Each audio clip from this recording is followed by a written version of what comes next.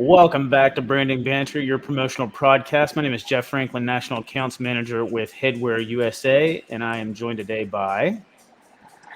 Meg Erber from SNS Activewear.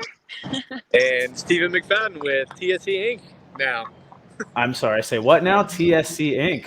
Yeah, we went through an acquisition for those of you that didn't see the news. So we're no longer Perfect Promotions anymore, and we've joined the folks over at TSC, another awesome family company, and some pretty big news for us. It's been a wild week for sure.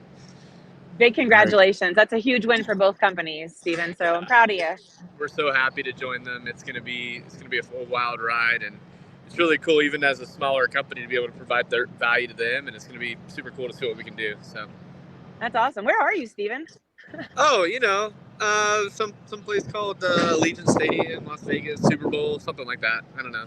Are you at the home of the expo party? Yes. Wah, wah, wah. Too soon? Not this year's expo party, but So. Very cool. Well, listen, I've been in that locker room. I've been on that field. It's a very cool stadium. We're obviously, you and Meg are both in Las Vegas, if you can't tell, and home of the Super Bowl this year. And so we're going to talk Super Bowl. Branding Banter is going to cover, I guess, is this a company or a case study? How are we handling this week? I think we're going to talk about how it's a case study and how the Super Bowl merch, how it's affected local economy, what all the business and revenue it brings in, and I think we'll touch on that and a couple other things. So I think let's just get into the meat and potatoes of it. All right, sounds good. Let's see if I can get this other. Well, first of all, who are we sponsored by today? I mean, don't we have some cool folks over at somewhere that we should be talking about? We do, but I'm multitasking right now, Stephen. So unless you want to read it, don't segue me into that right now. One thing at a time, okay? One thing at a time. All right. We'll just throw that up there. All right. And no, but we are still sponsored by HPG. Super excited to have them as a sponsor still. I know that they've got the AI picker and some other awesome AI tools. They've also got their goods to know. And while I'm struggling to find the ad read, give me 1 second here. Look, goods to know. It's all about their sustainable, creating, I guess, friendly sustainable jargon. Because nobody understands what RPET is and all these different terms. So. Basically HPG has created this whole ecosphere, if you will, to basically make it a lot more user friendly and relatable. And they've got products with specific details to let you know their impact that they have. And it's now listed on their website to easily locate as well to browse and share with end users. So check it all out. Goods to Know is an awesome initiative that HPG's got. And again, super thankful to have them as a sponsor for today's episode. But Stephen, I know that we're like I said, we're talking about Super Bowl. We're talking about Super Bowl merch specifically, and what it does for the economy and local towns where a Super Bowl is hosted. So, do you have any nerdy news that you want to share with us right off the bat? Yeah, I'd be happy to. Before another helicopter goes by, for those of you that live in Vegas, there's like helicopter tour after helicopter tour. So, when we've done the Super Bowl, when we've chatted about the Super Bowl in the past, when we visited the host sites, one of the interesting things to look at is what it does to the town from the perspective of promotional products. One of the things I know Meg will talk about in a little bit is all the pop-up shops that have been around and all the stores that have been converted over to merch. I will say that helicopter just passed over me. I put it on mute, and now it's headed to Stephen. So, I'll keep. Yeah, so one of the really cool things about the Super Bowl is they have a pretty good idea of how to forecast not only the merchandise, but the amount of people that are coming to town. Usually the final data comes out afterwards, but the projected income in just Las Vegas is over $500 million in merch spend, food and bev, and hotel revenue. That does not include any kind of gambling, which they anticipate 1 out of every 4 people will do some sort of wagering on the game as well, which they have also projected that this will be the highest viewed Super Bowl in the last several decades, if not the highest one ever. They're estimating a 200 million viewership. which- 200.5 to be exact, sir. Okay. I'm looking All it right. up right now on National Retail Federation. But then what they do too is they try to estimate the total number of spend per viewer, and they're estimating that I believe it's 17.8 billion, which is 1 billion more than they've had at any other Super Bowl, which is an average of $86 a person that's watching the show. And if you've seen the merchandise, it can be expensive, so $86 would be maybe a shirt. So Maybe. I will So say I listen, did some recon yesterday, and it is very expensive out there. I know Meg wanted to do this whole episode on Taylor Swift, but I'm just going to assume that the extra $1 billion in spend out there is probably just going to be on like T-Swizzle jerseys or something. I don't know. Well, I would say that alone, she's contributed to over $330 million to the NFL revenue and Kansas City Chiefs just because of her popularity and influence. So yeah, yesterday I decided to walk around Vegas looking for pop-up shops. It was a terrible day here. It was raining. It was cold. I had a really hard time finding anything. I texted Steven. I'm like, Steven, where can I go? He said, go over to Caesars and head over to Mandalay Bay. I'm telling you, I was looking all around Caesars. They had a couple of those like Las Vegas shops, and it felt like it was very unintentional. Let's just throw the Super Bowl logo on a T-shirt, on a Nike T-shirt, and then upcharge it $50. So that's all I was seeing, honestly, everywhere. In the Starbucks line, I ran into a guy, and he had the coolest like varsity jacket on, and I asked him how much he paid for it, and it was $185. Now, what was important about that, I will show pictures after we post this, and because I was really excited about it, I took pictures of it. It had all of these Super Bowl logos of like all times embroidered all down the sleeves, the front and the back. So I think most of that cost came from all those stitches, to be honest with you. But when I went into the NFL shop, I was blown away. There was merch from like head to toe, basically. And I looked at that same jacket and they were charging $240. So yikes. Huge markup there. It is pretty amazing to see how fast that stuff goes up, though. I mean, I would like to ask both of you, sort of, since you've both been there. Steven, I know you just got in today, and Meg, you've been there for, I guess, a couple days. But what have you guys seen as far as how they've transitioned Las Vegas? Because that's like I said, I've only been in one city where they've hosted during Super Bowl, and it's amazing to see all the stuff that goes up. And none of that stuff was there during Expo, at least not that I saw. So, and that was only a couple weeks ago. I will say, Stephen, I'll let you go, but I will say that the city is very cleaned up right now. But I also say Biden was just in here a couple days ago as well, but the city is very cleaned up. They have a whole stage here that they were doing pre-show on. There's some music playing, but I would say, a lot of banners everywhere, but I'm seeing a lot of, CBS Sports, Super Bowl, Paramount Plus. So there's a lot of stuff going on behind the scenes here. And then so I walked into Caesars and it was, again, floor to ceiling, those clings and stuff. So yeah, what about you, Steven? Yeah, so when I was here for Expo, one of the things I wanted to do was to try to walk through as many hotels as I possibly could to see how much Super Bowl stuff was already there during Expo, and then to see how much stuff is here now. And during Expo, they were actually in the transition phase of like moving stores out and moving merch over, and Super Bowl stuff was already coming in. I went over to Aria actually, and in their entrance, they were changing out their chandeliers in their main lobby to be like huge giant football helmets, and so there's like big maroon helmets and stuff. And at the time, they didn't even know who was going to be playing, so it was kind of cool. Like they were already getting set up for it.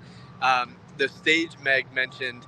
So Vegas has gone through like two transitions in the past like 3 months. One with the Formula One race that was here, they had completely redone the strip for the race, and they redid it, planted all the trees back, and then they took trees back out again over in front of Bellagio to build that stage again. So it's gone like up down up down. That's a whole nother topic that I think we need to discuss at some point, because I got to talk to a couple Uber drivers while I was out in Vegas for Expo, and it's amazing how much that F1 actually negatively impacted Vegas. Yeah, it depends on the perspective. I'm sure. There's from a consumer fan of Formula One, I think it was pretty well received, and the race actually was a pretty good race. I think the racers initially were kind of like boo on it, and then afterwards were like, yeah, pretty good. But from the town, people that live here and stuff, that's where I think there was a huge effect because it took so much to do. But Well, apparently, there's a lot of businesses that are actually suing F1 or something because they had to like either close down their business or loss of revenue because of. I mean, they had barriers and track stuff from their place, and they would Yeah. have to sell it. Yeah.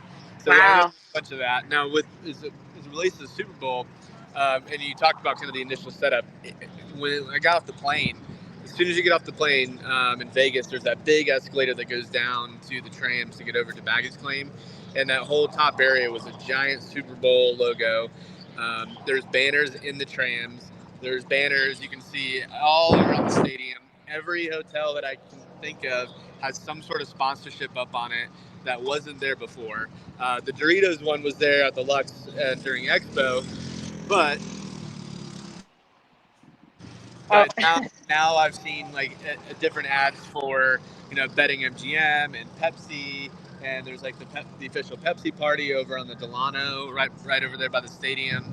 The stadium, of course, has its giant graphics, and on the other side there's sponsorships on it, which in the cascading area where the doors open up. So the amount of money spent just on displays and banners, which are obviously huge items in our industry anyways, is millions. I mean, millions of dollars in that. I was able to talk to one of the volunteer staff, and they were saying that from their best estimate, there's over 10,000 different staff that they add from a merchandise pop-up store, from a volunteer store, from a welcoming place. So it's the amount of people that they have to employ just to service all that. Think about the apparel orders on 10,000 people for 4 or 5 days. I mean, that's incredible amount of business in the program. Yeah. And to add to that, when I was in the NFL shop yesterday at Caesars, I went and I actually interviewed the manager there, and they were very resourceful. So big shout out to Christina and Caleb. They really helped me out a lot. I was asking them some questions about, based off of the amount of merch sold per team, who do you guys anticipate being the winners of the Super Bowl? And what do you guys think it was? You guys think it was the Chiefs or 49ers? 49ers. Jeff, what do you think? No, I think it's the Chiefs. So it was actually the 49ers. They were like 10 times over. And they said the reason being was because the Chiefs were the number one most hated team. And I was like, what? I thought the Cowboys were. And they said no, for several reasons. One, they didn't like Mahomes' attitude. The second Mahomes is a was, crybaby. I used to like him, but he's a crybaby.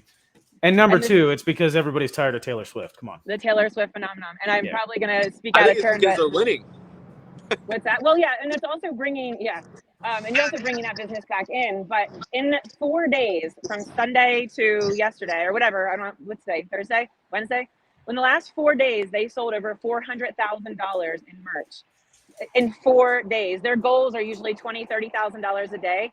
I asked if there was any Taylor Swift merch in that, and they said yes, a big portion of it. They were printing them in the back. They were doing mostly smaller jerseys and printing like Taylor Swift's BF and stuff like that. So it's been a big market out here for it.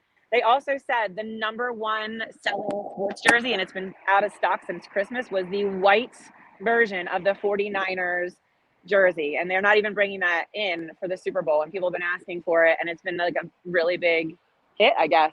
So they had all the conspiracy theories lined up, and I was hearing all of them. And it goes down to like who they played first, who they lost to, what color wins, etc. It was crazy. I was mind blown. But I'm really excited to see all of the stuff that has been popping up. And every time I walk down the street, I'm seeing more and more people. I wait till you guys see the video that I'm going to post of all the merch that I saw and the brands that are getting involved that I never saw before, and all the glitz and glam. So we hit price point, and we hit sort of speed to market, and getting like Steven, like you'd mentioned, we don't even know who's playing in the Super Bowl, like getting that stuff up really fast. Are there any other challenges that you guys see in Super Bowl merch, and sort of what what you've seen so far? So I did put a poll up on the promotional products professionals page, and I was asking about what their challenges were and any insights. And the number one challenge that I was saying I thought was going to be licensing. It really wasn't. It was getting people to work, trying to get people to help out and staff all of these events. And I know I was talking to Ashley Khalidi yesterday from Spectre, and she was like, everybody is not working this week. Everyone's volunteering and doing something. So, Steven, if you need a female bodyguard, she offered. We definitely may be in need of that. So we'll have to see. Yeah, I brought my bodyguard. He's right there.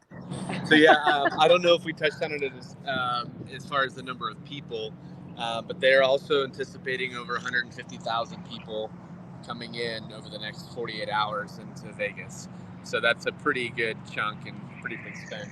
I would say, I mean, I don't know what goes into the logistics of setting up a store and the licensing side of things, but when I was scouting out the different hotels, we went into 13 hotels in one evening. Like, we were just bouncing through hotels. We went from, we walked, of course, from where we were, Mandalay, Lux, Excalibur. We went over to MGM. We went into Caesars, the Bellagio, Aria. Every single one of those stores had some sort of Super Bowl merchandise at some point. So, I mean, I don't know how, especially if you've got like an official host hotel, like this year is Caesars, but then you have something at Mandalay. So I don't know exactly what the logistics are for that, but to coordinate all that merchandise and all that stock and all that inventory across, you guys are familiar how big Vegas is. It's massive. It's massive. That just has to be an incredible task. Very cool. Well, look, I don't know if we covered it all, but the timer's out now. So I think that means we're just about done with that topic. So we will get into sort of some community feedback. Essentially, look, we have had some folks sort of ask, where we're at, where our plans are moving forward. So I do have us up on YouTube. I have us up on Spotify. We will get on to other, some other. Meg's over there shaking her head, not sure what's going on in the background, but we will get up on some other podcast services. I think Tim Hill had mentioned Overcash or Cast or something like that. I saw that on the list that you can share through Spotify. So it takes a little bit of time to get all that up so that you can actually point the stuff back. But we're up on YouTube, up on Facebook. You can search as Branding Banter, all that good stuff. So, and then we typically share on the Promotional Products Professionals Facebook page and all that stuff as well. Did you guys see any other comments over the last week or two that you'd like to bring up? I will say the feedback on LinkedIn was phenomenal. We had John from Club Colors on our podcast last time, and he said after he listened to it, he was going to go right out and call Pfizer. So I thought that was pretty incredible, and thank you. And he was like, this was amazing. So thanks, guys. Thanks for the support and everything. That's awesome. Yeah, I think we might even consider, doing LinkedIn more often. Meg, I guess you shared that on your page directly, or was that? Yes. Yeah. Okay. All right. Yeah. Very cool. Yeah. So look, we're trying to get out there everywhere. We will eventually get everywhere so that you can, see us in all the places, but continue to come out and support us. We've got other great content coming up, and super excited to continue things. And I hope you guys enjoy the rest of your stay in Las Vegas. It would only be better if we had the ability to AI pick what we wanted to do here, right, Stephen? Like HPG? Yeah, like if there was a way, to go into, like a website and like click up at the top right and click on catalogs and go down and like auto select fill products with logos, or type something in and says like I'm working with people like construction workers, and then it pulls those products for you. That would be awesome. That would be so cool. You know what? I think that HPG was actually listening to this podcast, and the AI picked you some earbuds so that our audio quality is a little bit better for the next time. No, it's just funny because your voice is actually a little bit on the lower end, and there is some wind noise and stuff like that. So apologies for that. It is only like our 200 lack of sleep. That could be my deep tones from lack of sleep. So yeah. No, so but HPG's AI picker is an incredible tool, and like you said, you guys hit it on the nail on the head there. You can type in the industry you're looking for, and it can actually select items that are specific for that industry or that will work very well for that industry. They've also got Storyboard Plus and Catalog Plus that they've relaunched as digital sales tools. That they've relaunched, that they can basically convert logos in any file format and drop them onto all their products instantly. So definitely go check them out. HPG, awesome company and great sponsors. Super thankful for them. See VJ in the background. Tell him what's up. And listen, guys, until next time, we'll be seeing you.